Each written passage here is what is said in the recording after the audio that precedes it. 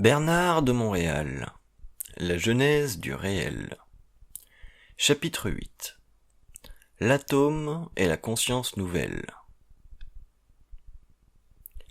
La nouvelle conscience dominera la conscience de l'atome, et ceci fera naître une nouvelle technologie de la matière. La prochaine époque introduira une technologie basée sur la réduction des forces mécaniques au profit des forces éthériques des sous-plans de la matière. La science future ressemblera de plus en plus à une science à caractère extraplanétaire. Elle évoluera selon une conscience humaine décorporalisée, la mettant ainsi à l'abri des abus des forces planétaires encore présentes au cours de la prochaine époque. L'homme nouveau découvrira l'atome à partir de sa conscience mentale libérée du fardeau du corps matériel. Cette nouvelle expérience face à la constitution de la matière l'amènera, enfin, à résoudre les problèmes de friction à la base de toute déchéance de la matière et de l'organisation matérielle. Le pouvoir de l'atome réfléchira la nouvelle conscience de l'homme, et non seulement le pouvoir des forces élémentales mécaniquement libérées. On découvrira que la nature profonde de l'atome est voilée et ne peut être mise à jour que sur un plan de sa réalité autre que le plan matériel. La science cosmique et universelle des mondes parallèles est fondée sur cette condition. Ainsi, l'homme nouveau participera aux confédérations systémiques qui composent avec l'atome de façon créative et non destructive. L'atome représente le plus bas niveau de conscience dans l'univers. Ce niveau de conscience est à l'origine de la création des immensités planétaires et sidérales. Cependant, ces mondes ne représentent pas l'infinité ultime de la création, puisque les mondes invisibles qui sous-tendent le plan de l'énergie atomique constituent le niveau de la réalité créative dans le cosmos. Aussi, l'atome, sur ces plans, est parfaitement intégré et sous le contrôle de leurs intelligences. L'homme de la prochaine évolution participera créativement à ces mondes, car l'équilibre entre le mental subjectif et l'émotif astralisé lui donnera le pouvoir éthérique sur la conscience de l'atome. La conscience nouvelle s'instruira de tout ce qui est dans son vaste champ d'expérience. Elle ne vivra plus la vie des plans de façon réflexive. Son mouvement dans l'expérience totale sera proportionnel à son développement créatif et à sa fusion avec la source de son énergie. Ainsi, l'atome apportera à l'homme de la prochaine époque de grandes solutions à ses problèmes de vie matérielle. Non seulement il sera considéré comme faisant partie de la matière, mais aussi de la conscience et de ses sous-plans. Cette nouvelle époque donnera naissance à une science cosmique, et l'homme découvrira le loisir de vivre, essentiel au perfectionnement du pouvoir de sa conscience nouvelle.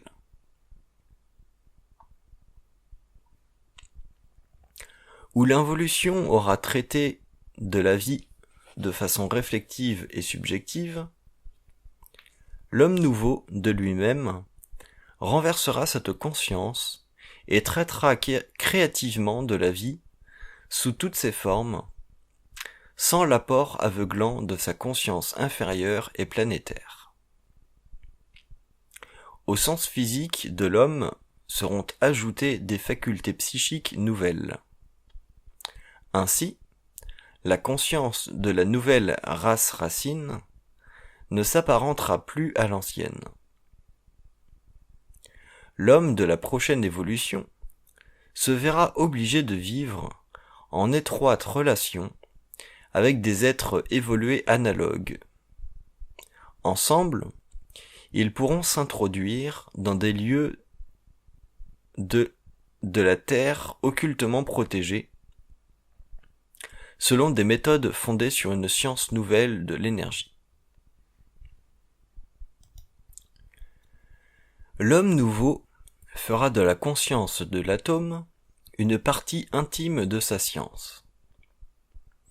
Cette couche de conscience fondamentale à l'organisation matérielle sera elle aussi élevée à un nouveau niveau d'évolution, à l'instar de la nouvelle conscience créative.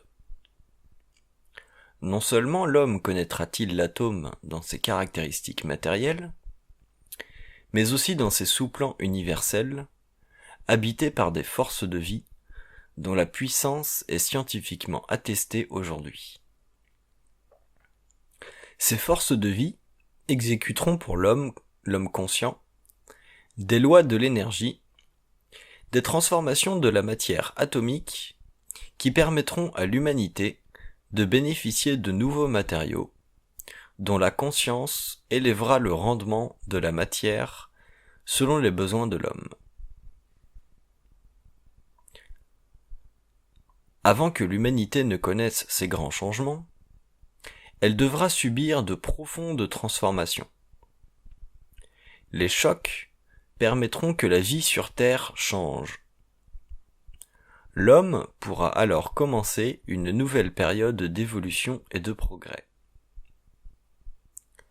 La compréhension des lois cosmiques de l'atome créera un tel retentissement dans les mondes parallèles que l'être humain sera finalement considéré suffisamment évolué pour participer aux décisions des gouvernements invisibles qui s'occupent de l'évolution de la Terre depuis l'origine de la conscience humaine sur cette planète.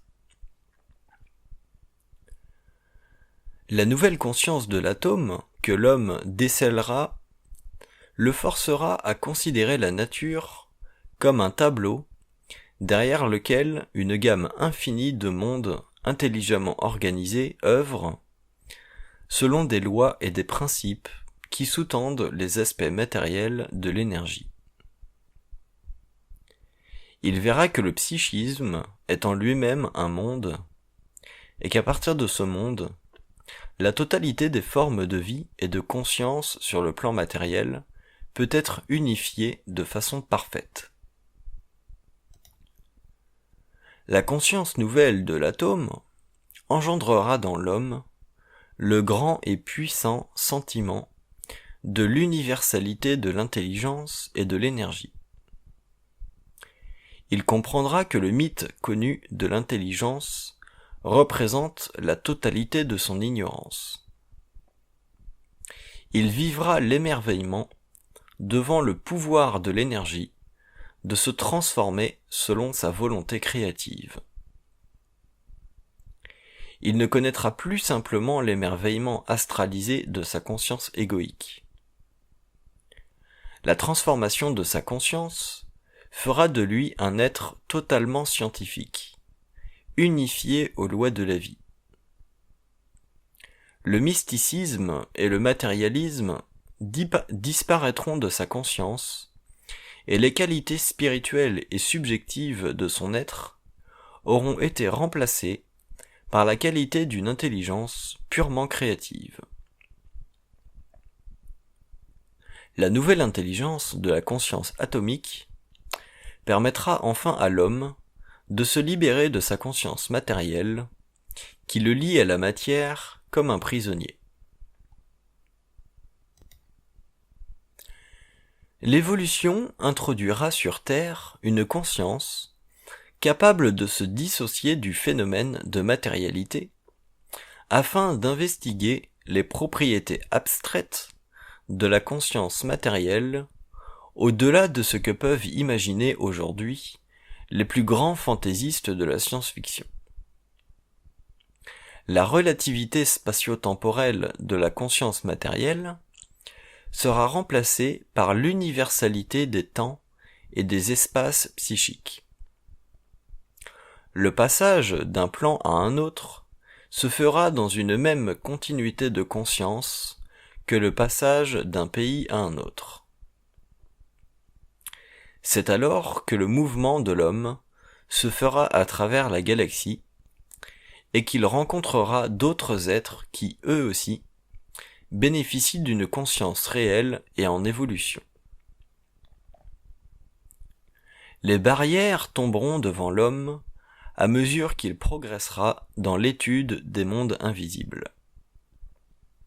Le support nécessaire à la progression vertigineuse de sa conscience nouvelle lui sera donné selon ses besoins réels.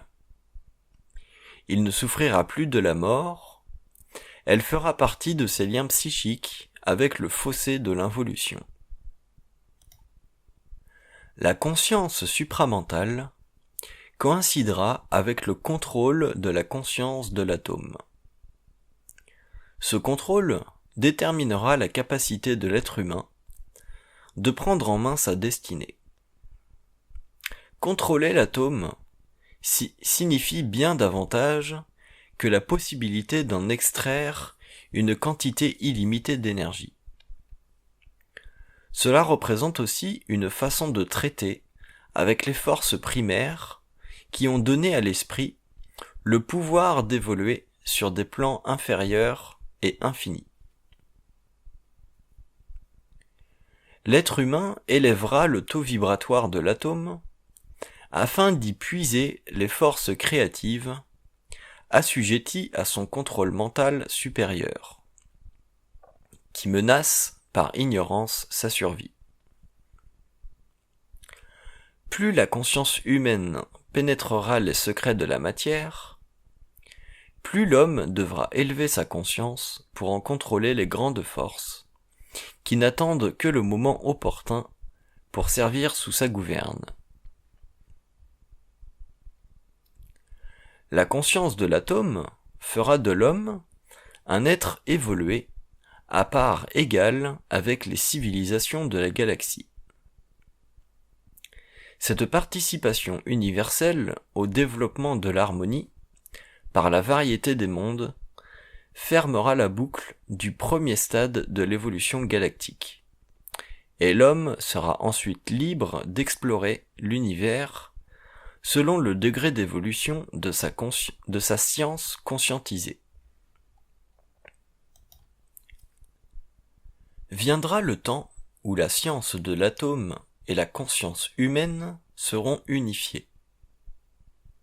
L'homme s'instruira en s'appuyant sur une technologie supramatérielle dont l'utilité et la fonction parfaite lui permettront de vaquer à d'autres occupations et de progresser dans la compréhension des mystères des infinités qui séparent les plans subtils de l'univers.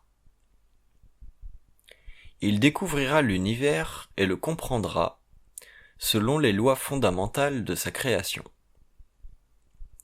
Il deviendra alors évident que la nature de la création ne réfléchit pas le dessein matérialiste qu'il s'était créé depuis l'avènement de la science. La conscience de l'atome est intimement liée à la compréhension des espaces-temps ou des infinités, à l'intérieur desquels se conjuguent les différents plans de la création. Plus l'homme évoluera, plus il vivra d'une conscience pouvant se libérer des sens matériels. Ceci limite sa compréhension et son pouvoir de transmettre à l'atome la clé vibratoire nécessaire pour qu'elle réponde à la volonté intelligente d'un ordre plus évolué que le sien. La science moderne a permis que l'homme vérifie la validité de certains concepts en relation avec la nature matérielle des plans. Cependant, cette science fait partie de l'involution. Elle est soumise aux lois du mental inférieur, qui rapprochent l'homme de la matière et de ses fondements mais l'éloigne des plans subtils de la vie qui sont à la base de son organisation. La nouvelle conscience s'élèvera au-dessus des lois de la matière, et l'homme en découvrira les secrets. Il ne fait qu'étudier les lois mécaniques du feu matériel, sans pouvoir en contrôler créativement la puissance. Situation à redouter. Il ne s'agit pas pour l'homme de subir le feu de la matière, mais de le dominer. Le feu est trop puissant, et plus l'homme l'extrait de la matière sans pouvoir le contrôler parfaitement, plus il s'assujettit aux lois planétaires qui sèment la destruction lorsque sa conscience outrepasse sa suprématie. La conscience de l'atome et la conscience de l'homme doivent un jour se joindre afin de réduire le risque de contamination radioactive sur Terre. Ce principe sera essentiel lorsque la science matérialiste aura découvert les lois de l'énergie magnétique et de l'énergie primaire. On retrouve ces lois à l'intérieur de toute formation nucléaire libérée des forces magnétiques particulières à l'équilibre et à la stabilité des forces de feu qui alimentent l'atome et lui donnent sa puissance d'explosion lorsqu'il vient en contact avec une forme ou une autre de radiation étrangère. L'homme nouveau découvrira non seulement que l'atome s'alimente du magnétisme, qui l'unit dans son mouvement avec la conscience élémentale, mais aussi qu'il parcourt une étape extrêmement rapide durant laquelle la nature de l'atome change de polarité, afin de maintenir stable son lien entre les sous-plans de la matière et la matérialité elle-même. Voilà pourquoi, d'ailleurs, il est si difficile à la science actuelle de comprendre et d'appliquer les remèdes nécessaires permettant l'extraction continue de l'énergie atomique. Elle devra comprendre cet aspect de la nature des forces atomiques pour en résoudre le problème. Pourtant, dès que le problème sera résolu, d'autres feront surface. Et c'est alors que l'intervention d'une science plus avancée sera nécessaire, afin de limiter les dégâts qu'une science trop matérielle pourrait causer sur Terre. L'évolution de la conscience humaine déterminera la qualité future de la vie sur la planète. Il est évident que le processus évolutif de l'humanité sera lent, comme tous les cycles cosmiques de transformation. Cependant, de grandes forces agiront pour aider l'homme à stabiliser le processus évolutif accéléré de la prochaine époque. La conscience de l'homme nouveau et la science de l'atome, élevées à un autre niveau de compréhension, altéreront le mode de vie sur Terre. Mais l'homme n'en sera pas moins obligé d'affronter de nouveaux facteurs de déstabilisation afin de perfectionner sa conscience et élever celle de la Terre.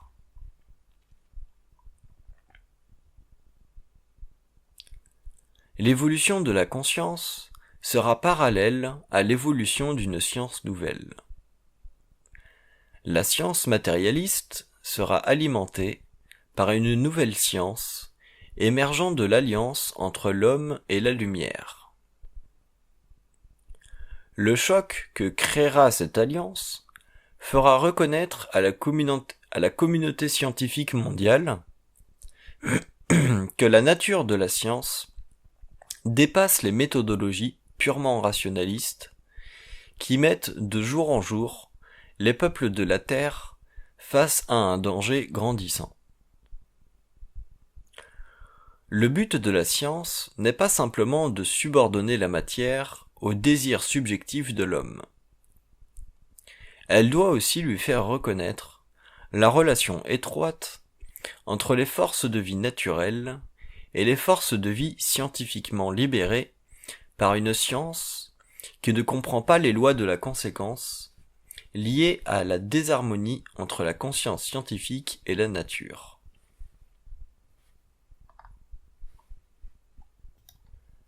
L'humanité aura tellement souffert de la pollution créée par une science aveugle et aveuglante, une science princière, orgueilleuse et sans vision, que la nouvelle science créative ressemblera à la lutte entre David et Goliath.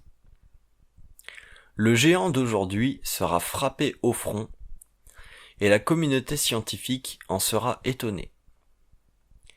L'évolution du mental humain élèvera les perceptions du réel, et fera de la vie mentale une nouvelle expérience pour l'homme, dont la dimension effective dépassera la plus vive imagination du mental involutif. L'esprit est une dimension dont la source repose sur la relation étroite entre l'infinité de la lumière et les différents plans sur lesquels elle agit, jusqu'à se fondre éventuellement avec eux. La science nouvelle reconnaîtra la nature de l'esprit, et les secrets de l'atome seront mis à jour, car il est esprit.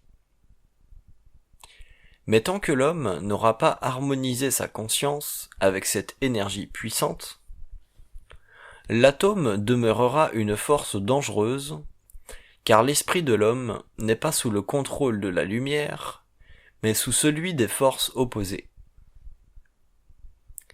Ces dernières sont très puissantes, car l'homme, dans son inconscience, les supporte et leur donne libre cours sur le plan matériel. La science de l'atome sera équilibrée sous le contrôle de l'homme lorsque ce dernier aura pris conscience de la réalité perceptible derrière la mise en mouvement des particules. Ces dernières constituent la première frontière de cette conscience, de cet esprit fondamental à la structure de la matière. Derrière le voile de la science moderne de l'atome, d'autres aspects font partie du mystère de l'énergie, et ces aspects seront reconnus de la communauté scientifique avant que l'atome ne devienne, pour les peuples de la Terre, un élément sauf. Les lois universelles de l'énergie ne peuvent être comprises parfaitement qu'à partir d'une vision complète du cycle naturel des forces de vie qui nourrissent l'atome et lui donnent son caractère de stabilité fondamentale. Dès que l'homme, par le biais d'une science inconsciente, laisse pénétrer une lumière astrale dans ce monde sans fin, la nature de cette conscience se déchaîne. Il en paiera le prix, car la stabilité de l'atome n'est maintenue que par la conscience de ceux qui le manipulent. Dès que cette conscience sera dégradée au-delà d'un certain seuil, l'atome ne sera plus une source sûre et sécurisante d'énergie. Au cours de l'évolution, la conscience créera un regain d'équilibre dans l'énergie de l'atome. Ceci ne prendra place que lorsque l'homme aura pénétré en conscience le plan éthérique de la matière, où toute forme d'énergie sera sous son contrôle créatif. Aujourd'hui, la conscience humaine est voilée. Elle n'est pas suffisamment mentale pour voir au-delà de la matière.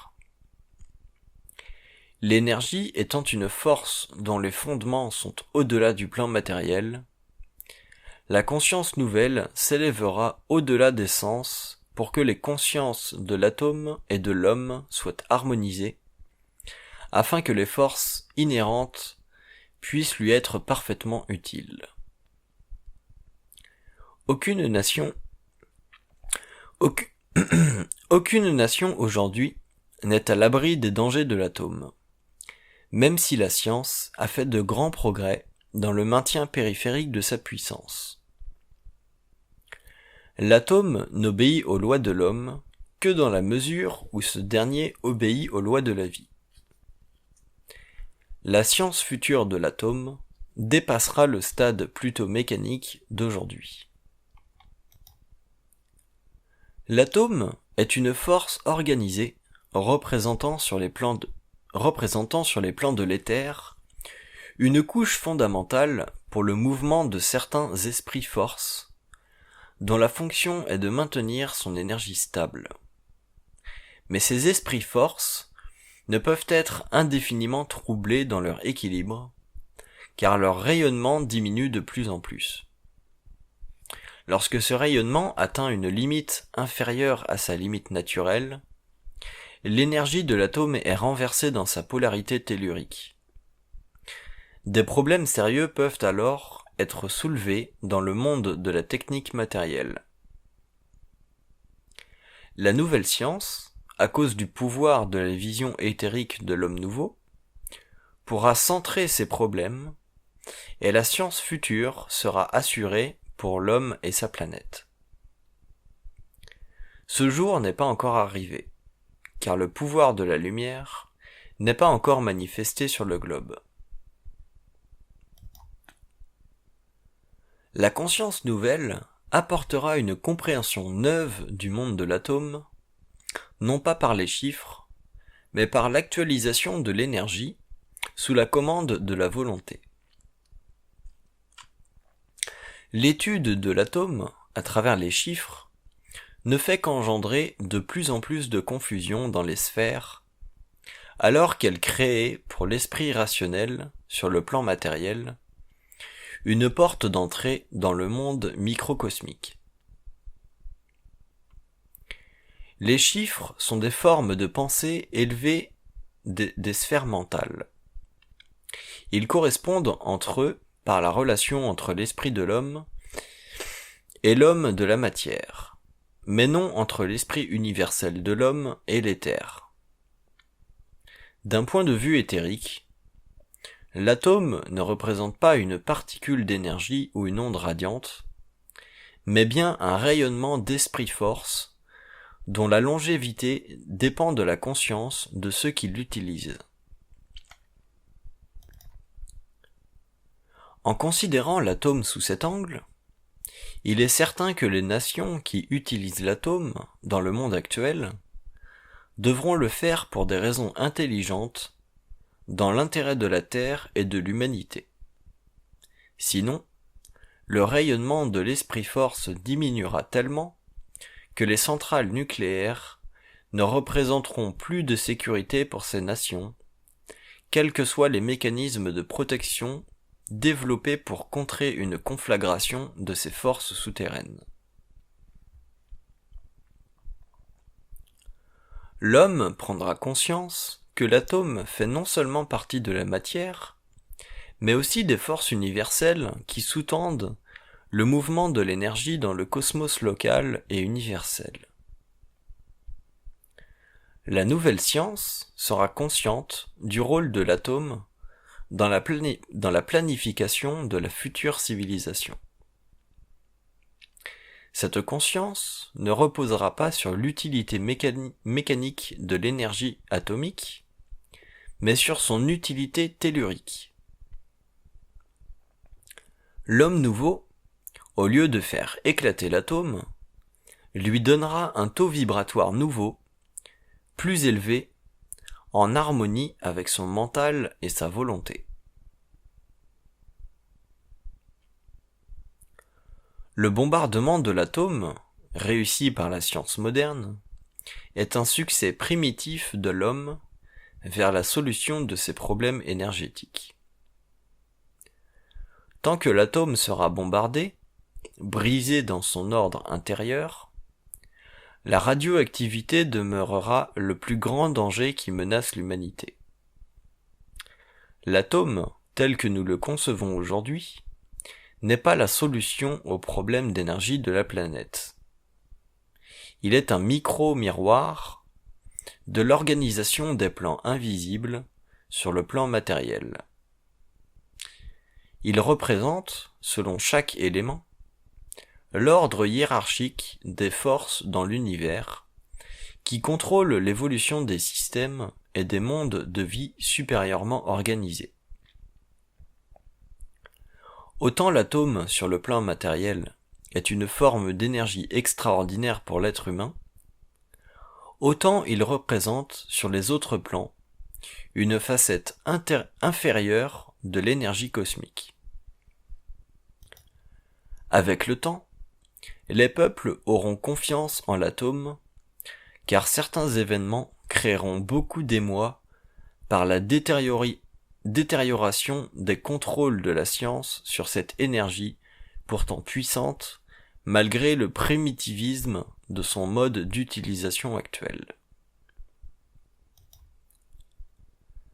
La science de l'atome n'est pas une science véritable d'énergie. Elle n'est qu'une science dont la fonction inconsciente est d'épuiser graduellement les avenues théoriques développées par le mental inférieur. À cause du lien entre l'homme et certains plans inférieurs de vie, qui veulent à tout prix qu'il souffre à travers sa science, l'humanité demeure encore plus longtemps sous le contrôle involutif de ces sphères. L'univers est un monde multidimensionnel dont les plans diffèrent en intelligence selon qu'ils soient plus ou moins éloignés du plan matériel. Plus les plans sont éloignés de la matière, plus ils sont puissants à long terme. Plus ils sont rapprochés de la matière, plus ils sont actifs à court terme. C'est par l'entremise de l'homme que s'actualisent ces plans de façon expérimentale. Les erreurs techniques de l'homme relèvent de l'activité de ces plans. Même si une centrale était totalement sous le contrôle d'une science robotique, les plans pourraient toujours interférer dans le processus mécanique de la science. Les forces de vie sont actives à travers tous les systèmes de gestion des forces de vie. Le jour où le nouvel initié prédira l'actualisation des forces obscures sur les événements de la civilisation, de façon catégorique et absolue, il mettra ainsi fin au cycle. Une science nouvelle, dont l'horizon sera sans fin, totalement en harmonie avec les nouvelles forces de vie de la Terre, prendra naissance sur le globe. La supraconscience mettra un terme définitif aux expériences scientifiques touchant l'atome.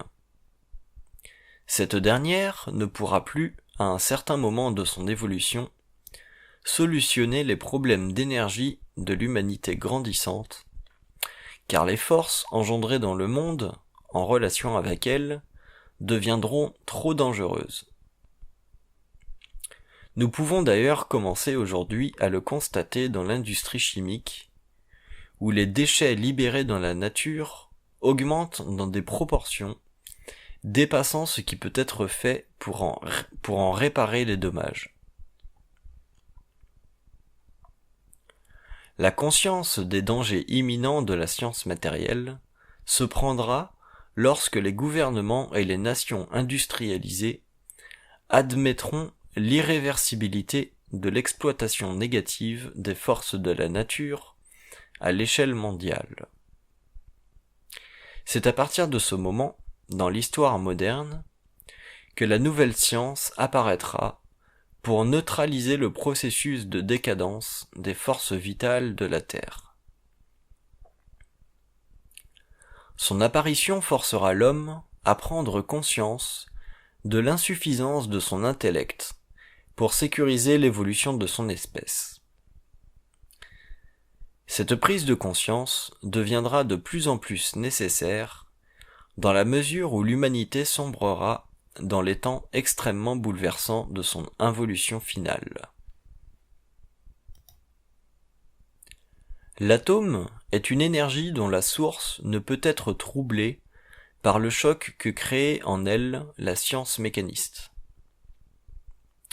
Il est une puissance de feu dont la résonance dépasse les bornes de l'espace-temps matériel de l'homme. Il est directement relié à des sous-plans de la réalité, où l'harmonie même des systèmes de vie évolués est troublée par le manque de connaissances quant à la nature de cette énergie. Le contact de l'homme avec l'éther lui fera réaliser que l'énergie n'est pas un problème, tant que ses forces internes ne troublent pas les éthers des plans supérieurs de vie. Mais dès que la désharmonie s'installera dans le cosmos, ou sur une simple planète comme la Terre, elle sera ressentie à travers tout l'univers. Les forces en évolution se verront alors forcées d'intervenir dans la mise à feu de la conscience de l'atome, par des techniques nous apparaissant avancées, mais qui, dans le fond, ne représentent que le début de la science cosmique. Le problème fondamental de la science moderne réside dans cette impression intellectuelle répandue dans la communauté scientifique que la relation entre la cause et l'effet est une relation universelle, alors que cette relation n'est évidente que sur le plan matériel de la vie.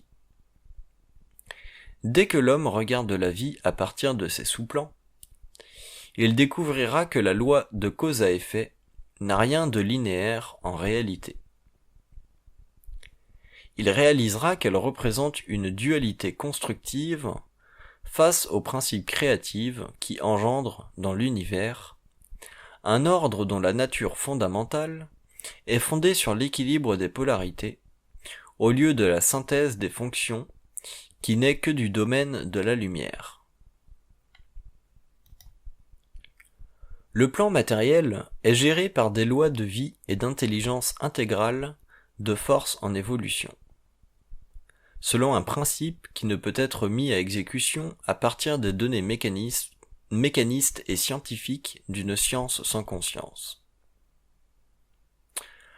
L'homme ne réalise pas encore que la vie est multidimensionnelle et que différents espaces-temps séparent des plans de vie en évolution, comportant chacun des degrés différents de science, dans la mesure où le plus primitif, le nôtre, dans la condition actuelle de la vie mentale de l'homme, ne peut offrir à l'humanité une sécurité totale face à l'énergie de l'atome.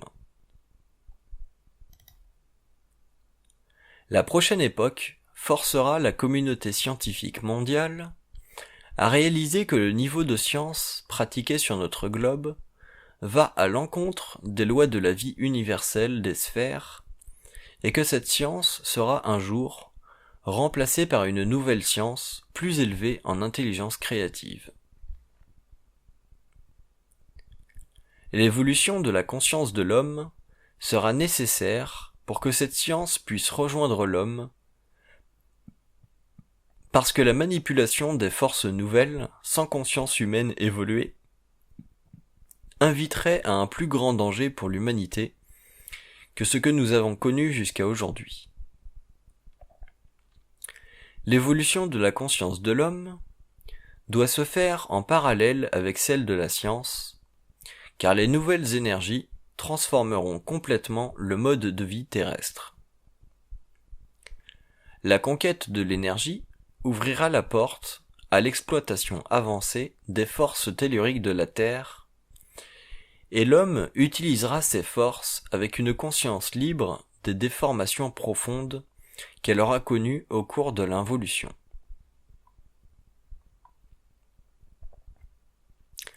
L'apparition de la nouvelle science coïncidera avec l'évolution de la conscience à la fin de la période apocalyptique, période qui réunira tout ce qui est grand et terrible pour le globe. Après la crise de l'humanité, les hommes seront prêts à vivre dans une harmonie relativement saine, et la nouvelle science descendra vers l'homme pour le soulager de ses maux. L'espace-temps n'est qu'une dimension psychologique de l'ego, qui sera transcendée par certains hommes. Cette science nouvelle, partagée avec l'humanité mondiale, ne viendra pas de la terre, mais d'un lieu dans la terre, lieu caché et voilé pour des raisons de sécurité mondiale. Ce lieu sera accessible à des êtres ayant atteint un haut niveau de conscience, en harmonie vibratoire avec les forces créatives qui travaillent dans ce lieu à la fondation d'une nouvelle civilisation sur le globe.